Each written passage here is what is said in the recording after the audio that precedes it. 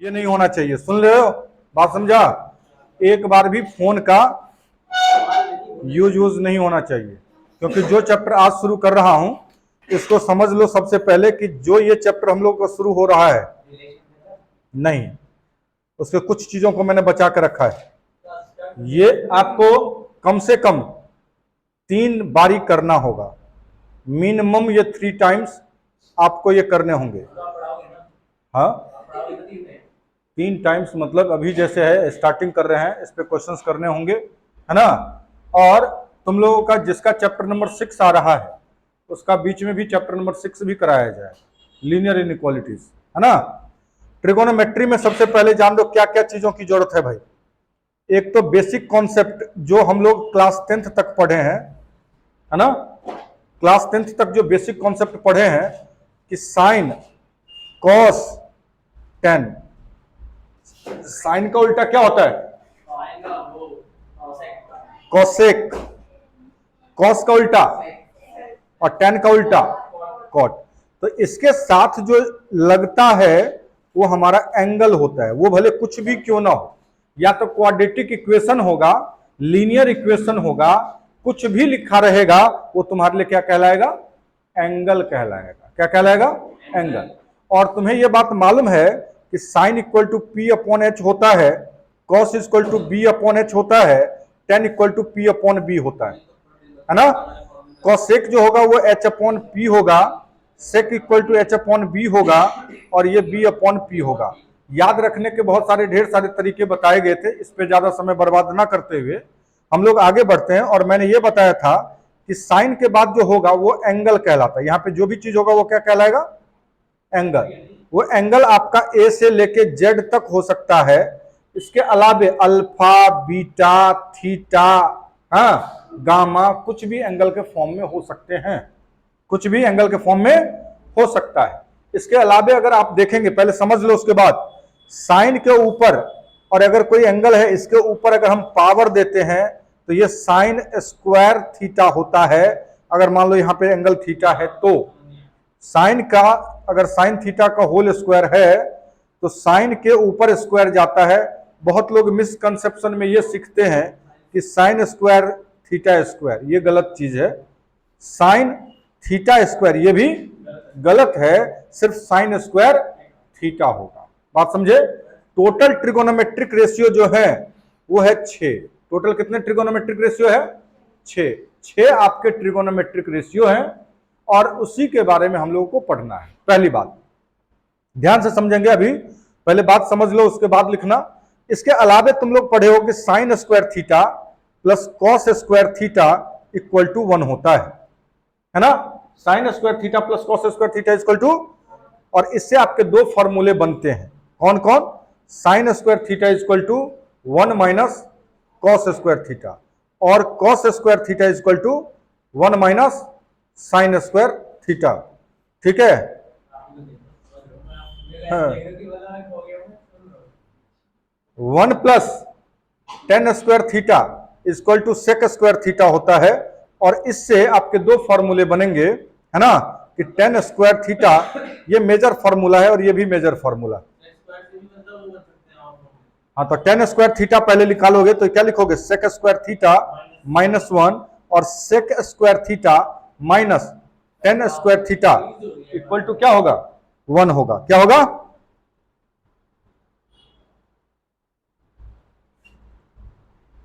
ठीक है। लास्ट जो है उसके कॉन्सेप्ट के बारे में देखिएगा। जो नेक्स्ट कॉन्सेप्ट है, ऐसे 1 plus cot square theta equal to cosec square theta, और इससे भी 2 फॉर्मूले बनेंगे। नहीं, क्या? Cot square theta equal to cosec square theta minus 1, और दूसरा बनेगा cosec square theta minus cot square theta equal to 1। ये सब जितने भी चीज तुम लोग पढ़ रहे हो इसका आपका भैया यूजेज है। इसका ऐसा नहीं है कि बस मैंने ऐसे तुम्हें बता दिया है तो बस इतने ही फॉर्म में होगा, लेकिन इसका एकदम भरपूर यूज है, जिसमें ये relation between sine theta and cos theta है, रिलेशन बिटवीन ये टेन और सेक का है, और ये relation between cot and cosec का है। ये सब छोटी छोटी बातें हैं जो आपको ट्रिगोनोमेट्री में जानने के लिए पहले इन सारी चीजों को ध्यान में रखना होगा। उसके बाद ये 10th तक तुम लोगों ने बात किया था, है ना। ये 10th में आप लोगों ने चैप्टर नंबर 8 में ये बात किया था, और थोड़ा सा अगला कॉन्सेप्ट और बताऊंगा, उसके बाद फिर 11th की बात शुरुआत करता हूं। ठीक है, आपके बुक में 3.1 से लेके 3.4 तक है, जिसमें सबसे ज्यादा बड़ा चैप्टर, बड़ा एक्सरसाइज जो है वो 3.3 है। हाँ, उसमें आपके 25 क्वेश्चन है ना। 3.4 में भी छोटे हैं, है ना, और 3 पॉइंट के बाद 4 के बाद आपका मिसलेनियस है। क्या है? मिसलेनियस है। खैर, हम लोग उस पर बात करेंगे, पहले ये चीज को राइट डाउन कीजिए, और एक एक करके स्टेप बाय स्टेप इन सारी चीजों को आप नोटबुक पे राइट डाउन करेंगे, है ना।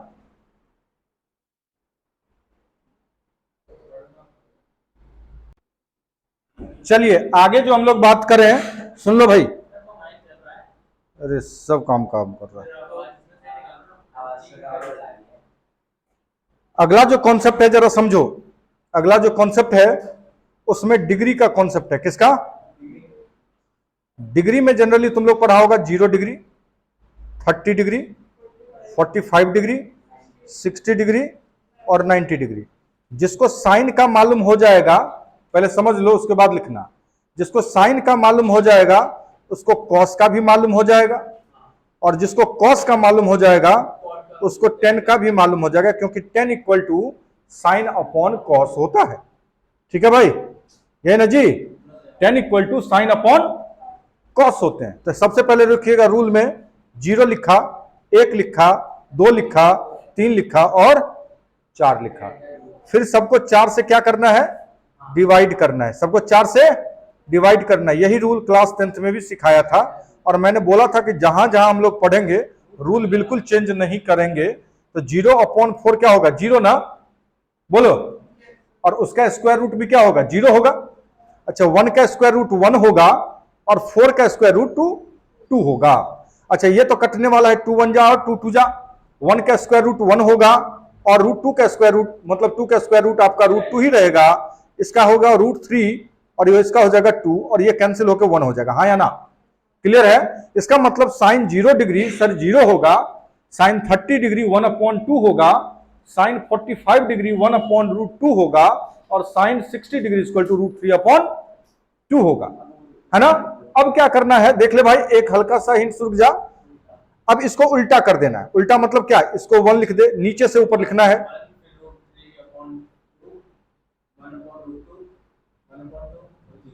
अच्छा, अब 10 के लिए क्या करेंगे? Sign upon cos. तो 0/1 0, 0/1 लेकिन 1/0 नॉट डिफाइंड। इसको डिवाइड कीजिएगा तो आएगा 1/√3। इसको डिवाइड कीजिएगा तो सेम चीज है, तो 1। ये हो जाएगा √3/1 बोले तो √3, और ये आपका हो जाएगा नॉट डिफाइंड। बात क्लियर है ना? तो ये आपका कम से कम 0 degree, 30 degree, 45 degree, 60 degree, 90 degree का वैल्यू आपको ओरल ध्यान में रखना पड़ेगा, है ना। ये अगर ओरल ध्यान में है तब कुछ क्वेश्चंस देखो। फॉर्मूला ट्रिगो का एक ही चीज फंसता है, जिस आदमी को कॉन्सेप्ट मालूम होगा कि ऐसे लगेंगे। ट्रिगो में सबसे ज्यादा इंपॉर्टेंस 2 ही चीज का है, या तो रूल का है, या तो रूल का है, या फिर फॉर्मूले का है। मान लो तुम्हें ये रूल मालूम है लेकिन फॉर्मूला मालूम नहीं है, तो तुम वहां पे आके तुम रुक जाओगे और तुम आगे नहीं बढ़ पाओगे। ठीक है, तो फॉर्मूला का भैया आपको शॉर्ट लिस्टेड आज वैसे ग्रुप पे मैंने शायद तुम लोगों को दे दिया था, कल ही शायद मैंने। हाँ, पर्सनल नहीं,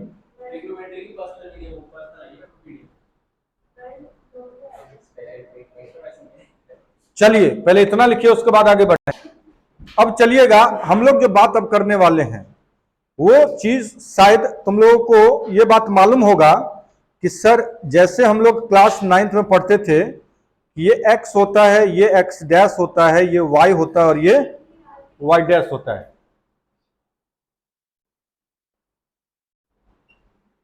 ठीक है, ये ओरिजिन होते हैं, ये x है, ये x डैश है, ऊपर वाला y और नीचे वाला y डैश है।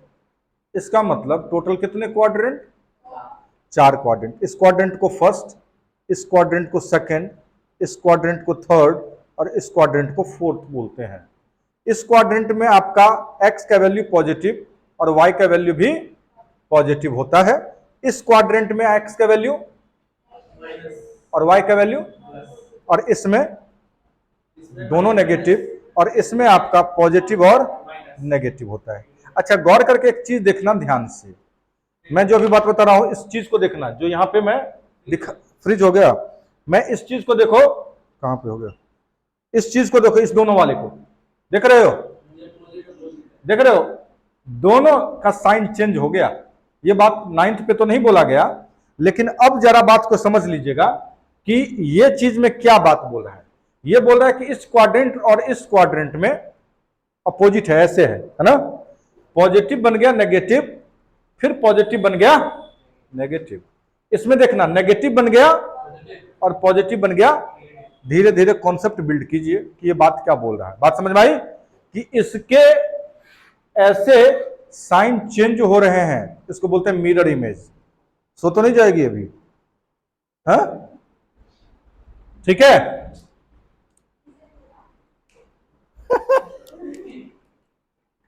ठीक है, अब चलो, टोटल कितने ट्रिगोनोमेट्रिक रेशियो होते हैं भाई, टोटल कितने ट्रिगोनोमेट्रिक रेशियो, अभी तो जस्ट बोला था 6 ना, साइन कॉस टेन और सबके उल्टे, इसको ट्रिगोनोमेट्रिक रेशियो बोलते हैं। टोटल कितने ट्रिगोनोमेट्रिक रेशियो, 6। अब ध्यान से समझो, ये जो मैं अब रेड कलर से लिखने वाला हूं उसको जरा ध्यान से समझना। इस वाले में जितने भी टीआर होते हैं वो सब प्लस होता है। टीआर मतलब trigonometric ratio, all TR positive होगा। ध्यान से समझो, सेकेंड क्वाड्रेंट में साइन और कोसेक पॉजिटिव होता है, बाद बाकी नेगेटिव होते हैं, ऐसा रूल है। ठीक है, थर्ड वाले में टेन का और कॉट का वैल्यू क्या होगा, पॉजिटिव होगा, और रिमेनिंग क्या होगा, नेगेटिव होगा। और इस वाले में कॉस और सेक पॉजिटिव होगा और रिमेनिंग नेगेटिव होगा। ये बात समझे, ये आपको याद रखना है। बहुत लोग ऐसे भी याद रखते हैं, ऑल स्टूडेंट टू कॉलेज, या है ना, ऑल स्टूडेंट टी कॉफी, इस तरह से कुछ ऐसे भी बात अपना ध्यान रखते हैं। ऑल का मतलब हो गया कि जितने भी टीआर है वो सारे पॉजिटिव होंगे। एस का मतलब साइन से है, साइन का उल्टा कॉसेक।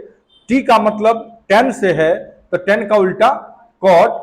और ये कॉलेज का सी जो है वो कॉस और सेक को रेफर करता है, मतलब इसमें दो ही वैल्यू पॉजिटिव होंगे, बाद बाकी नेगेटिव होगा। पहले इतना बात क्लियर है, ये बात क्लियर है भाई।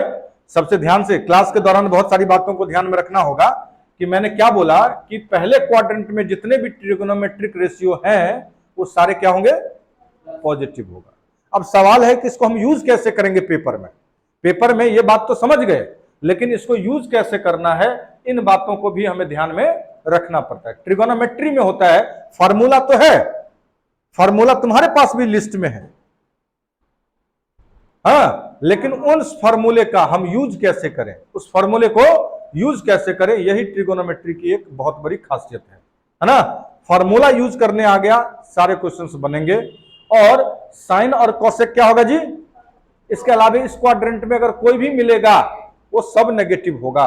इस क्वाड्रेंट में टेन और कॉट को छोड़ के बाद बाकी सारे क्या होंगे, नेगेटिव होगा। और इस क्वाड्रेंट में कॉस नेगेटिव होंगे। ठीक है, ओके, ये दोनों पॉजिटिव होगा। और कैसे होंगे, किस तरह से होगा, वो भी पूरा मैं एक्सप्लेन कर रहा हूं। ठीक है, ओके, इस चीज को प्रॉपरली लिखते चलें, क्योंकि इसके बाद मैं एक नया, और इसी में मैं जब दूसरा बनाऊंगा तो आप लोगों को भी दूसरा डायग्राम, मतलब दूसरा कार्टेशियन सिस्टम बनाने हैं। हाँ, नहीं तो आप इसी में अगर खिचड़ी पकाओगे, है ना, तो खिचड़ी का मतलब जानते ही हो, सब कुछ मिक्स, है ना। तो खिचड़ी हम लोग ना पकने दें तो ज्यादा बेहतर होगा। कभी कभी हानिकारक भी होते हैं खिचड़ी, है ना।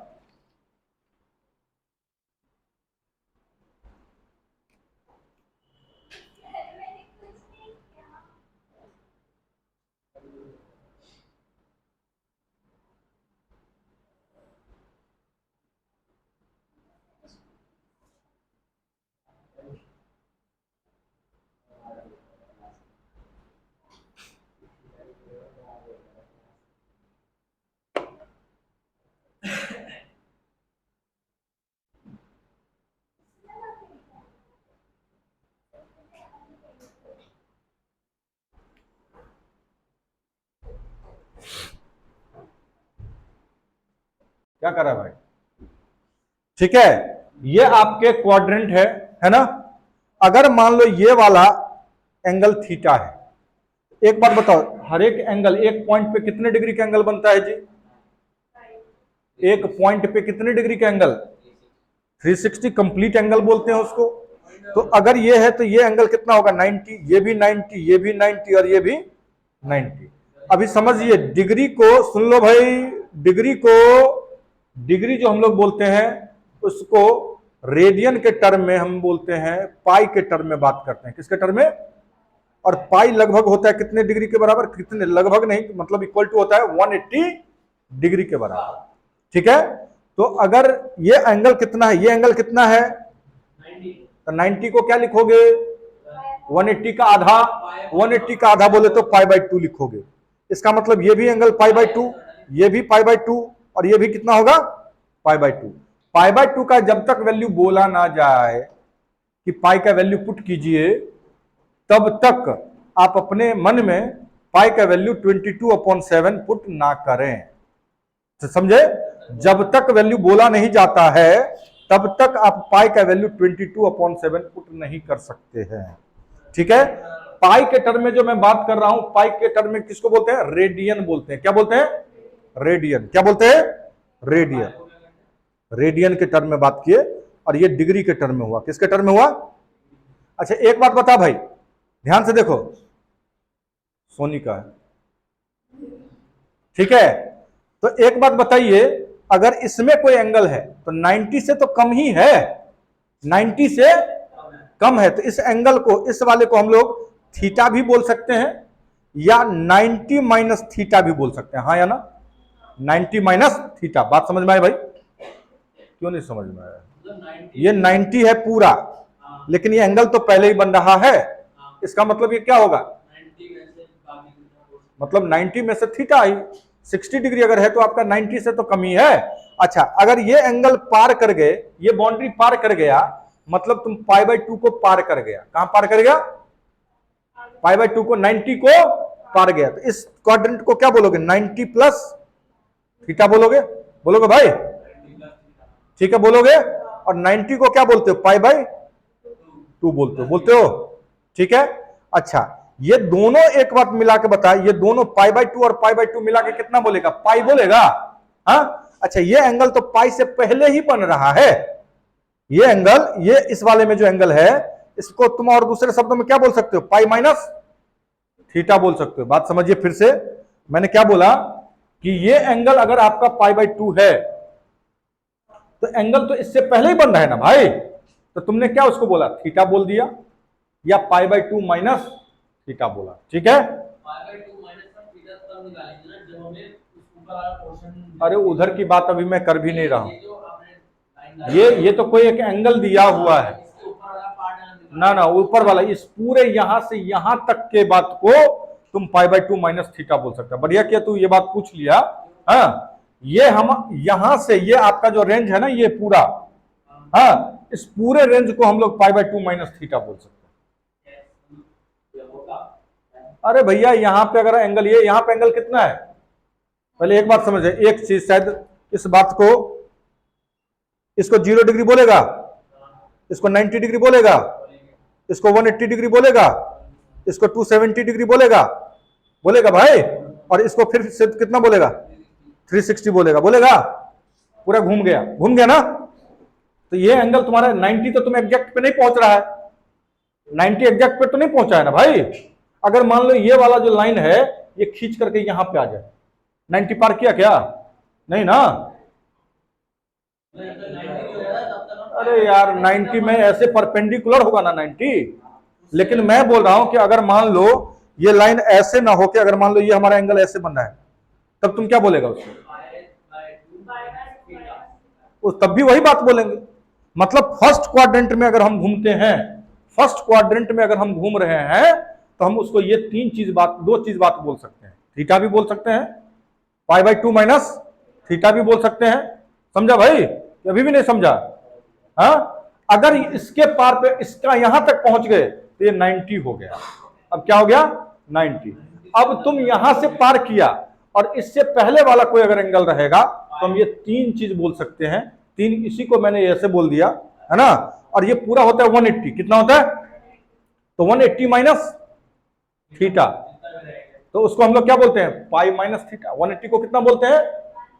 पाई, तो pi minus theta. Third quadrant को हम लोग बोलते हैं भाई, हाँ उसी में से बनेगा, ये सारे लग सकते हैं। हाँ इसलिए इस वाले में जब तुम एंटर कर गया, पाई प्लस थीटा बोल सकता है, नहीं नहीं, पाई प्लस थीटा बोल सकता है। दूसरे शब्दों में ये भी बोल सकता है सर ये 270 माइनस थीटा भी तो बोल सकते हो आप। तो 270 को हम लोग 3π/2 बोलते हैं। क्या बोलते हैं? 270 को क्या बोलते हैं? 3π/2 बोलते हैं। तो ये आप इसको 3π/2 माइनस क्या बोल सकते हो भाई? थीटा बोल सकते हो। बात समझा? अच्छा, इसमें जब तू एंटर कर गया, 3π/2 प्लस थीटा, बस बस, या इसको हम लोग 360 को ना 2π बोलते हैं ना, तो इसको हम लोग 2π माइनस थीटा भी तो बोल सकते हैं, बोलो। और जब इसको थीटा बोलते हैं तो इसका मिरर इमेज होता है। ये मिरर इमेज की बात अभी रहने दीजिएगा, इसको मैं ऐसे समझ लीजिए कि अगर ये वाला आपका ऐसे बना था ना, अगर ये ऐसे बन जाएगा सीधे तो ये एंटी क्लॉकवाइज में था, अब ये किस में है? क्लॉकवाइज में। ठीक है, तो पहले इतना दिन पहले ध्यान से समझो। इसको हम लोग ये बोल सकते हैं, इसको ये बोल सकते हैं सेकंड को, थर्ड को ये, और फोर्थ को इतना हम बोलते हैं। बात क्लियर? ठीक है, ये धीरे धीरे भैया जगह बनाएगा। अचानक जो सोचेगा कि एक बार ही हमारे दिमाग में पूरी जगह बना ले, ये पूरी जगह एक बार में नहीं बनाएगा। ये भी बात मैं बोल रहा हूं कि ऐसा नहीं होगा कि आप एक ही बार में पूरे बढ़िया ढंग से इस चीज को समझ लेंगे, क्योंकि ये बिल्कुल तुम लोगों के लिए नया चीज है ना, जो अभी तुम बात कर रहे हो ना। हम लोग जितने भी चीज है उसको एक तो डिग्री के टर्म में बात करते हैं। जैसे मैंने बोला 0 डिग्री, 30 डिग्री बोलते यही है ना, 40 डिग्री, 45 डिग्री, ऐसा अगर मैं बोल रहा हूं, हाँ, तो ये तो डिग्री का फॉर्म हुआ। लेकिन जहां पे पाई के टर्म में होगा उसको हम लोग बोलते हैं रेडियन। क्या बोलते हैं? रेडियन। क्या बोलते हैं? रेडियन। बात समझ में आई? जहां भी पाई का बात होगा वहां पे हम उसको बोलेंगे रेडियन। क्या बोलेंगे? रेडियन। और जो ऐसे फॉर्म में रहेगा उसको हम लोग क्या बोलेंगे? डिग्री। क्या बोलेंगे? डिग्री। तो सवाल आता है कि सर अगर डिग्री को मुझे रेडियन में कन्वर्ट करना है तो क्या करें? ठीक है, तो समझिएगा कि अगर आपको डिग्री से, ध्यान से समझो, डिग्री से अगर रेडियन में कन्वर्ट करना है तो डिग्री वाले डेटा को π/180 से मल्टीप्लाई कीजिए। ठीक है, मैंने क्या बोला, बात समझे? कि अगर हमें डिग्री से रेडियन में जाना है तो जितना डिग्री का वैल्यू दिया हुआ है उसको π/180 से क्या करना है। लेकिन यहां पे पाई का वैल्यू बोला है पुट करने के लिए, क्या? तो हम पुट नहीं करेंगे। एग्जाम्पल के लिए समझिएगा भाई साहब कि अगर 30 डिग्री है, क्या है? 30 डिग्री, π/180 तो 1 हो गया। नहीं, क्योंकि अरे वो रेडियन फॉर्म में नीचे वाला डिग्री, रेडियन फॉर्म में आपको पाई के टर्म में ही आंसर देना होता है। वो क्लैश कर ही देता है। हाँ, तो 30 इंटू कितना करोगे? π/180, इस डिग्री से डिग्री कैंसिल करोगे तो कितना हो गया? π/6। इसका मतलब है कि सर 30 डिग्री को मैं क्या बोल सकता हूं? π/6 बोल सकता हूं। मतलब 30 डिग्री जो हुआ, 30 डिग्री जो हुआ वो तो डिग्री है, लेकिन रेडियन में क्या बात करेंगे? π/6 बात करेंगे। अगर ये बात समझ में आ गई तो आप लोग 45 degree, 60 degree, 90 degree, 180 degree, 270 degree, 360 degree, 540 degree को पहले रेडियन में कन्वर्ट कीजिए। बात समझ में आए? हाँ, यही इंपॉर्टेंट है या और भी है? नहीं, ये अभी एकदम धीरे धीरे मैं 0 लेवल से ऊपर तक ले जा रहा हूं। हाँ, पहले इतना करो। ठीक है, मैं ये जो चीज करवा रहा हूं वो धीरे धीरे मैं लेवल बढ़ा रहा हूं, तुम लोगों को एकदम छोटे लेवल से अपर लेवल की तरफ प्रस्थान करवा रहा हूं भाई, है ना? ठीक है, बात समझ में आ रही है? अगर मैं सीधे ऊपर लेवल की अगर बात कर दिया ना, समझा? अगर सीधे मैं ऊपर लेवल की बात कर दिया तो शायद आज ही कसम खा लोगे कि ट्रिगोनोमेट्री ये सवाल जरूर पूछ लोगे कि सर कितने नंबर का आ रहा है। तो मैं अगर बोल दूंगा 12 नंबर, अगर बोल दूंगा तो यार 12 नंबर तो चला गया मेरा, है ना। लेकिन अगर मान लो कि अगर यूटी हो रहा है और यही इकलौता चैप्टर आ रहा है, तब क्या करोगे? हैं? तब आओगे? हैं कि इसका आंसर क्या है? सबसे पहले पाई बाई 2 44 इसको किए होंगे तो पाई बाई 4 आया होगा, पाई बाई 3, पाई बाई 2, ये पाई आया होगा, ये 3 पाई बाई 2, ये 2 पाई, 18 या 54, बिल्कुल ठीक, 3 पाई। इतना बात आया ना सबका। इसका मतलब आप डिग्री से रेडियन में कन्वर्ट करना सीखे। क्या सीखे? डिग्री से रेडियन में। पेपर में आपके एक क्वेश्चन डिग्री से रेडियन तो दूर, मतलब एक एमसीक्यू में पाया जा सकता है, क्योंकि आपके पेपर के पैटर्न का कुछ लुकिंग ही चेंज कर दिया गया है। ठीक है, एमसीक्यू बोलने के लिए एमसीक्यू कर दिया, हाँ, लेकिन एमसीक्यू कम मिलेंगे, वेरी शॉर्ट आंसर टाइप ज्यादा मिलेगा। ठीक है, एक दो क्वेश्चन फिलिंग द ब्लैंक से भी भेंट मुलाकात हो जाएगी, हाँ, और 2-4 क्वेश्चन आपको ऐसे दिखाई देंगे पूरे पेपर में, हाँ, कि तुम्हें देखते ही लगेगा अब पढ़ाई क्यों किए, जग सुना सुना लगेगा। ठीक है, क्योंकि कुछ क्वेश्चन ऐसे दे दिए जाते हैं खोद खोद करके निकाल करके, हाँ, कि तुम्हारे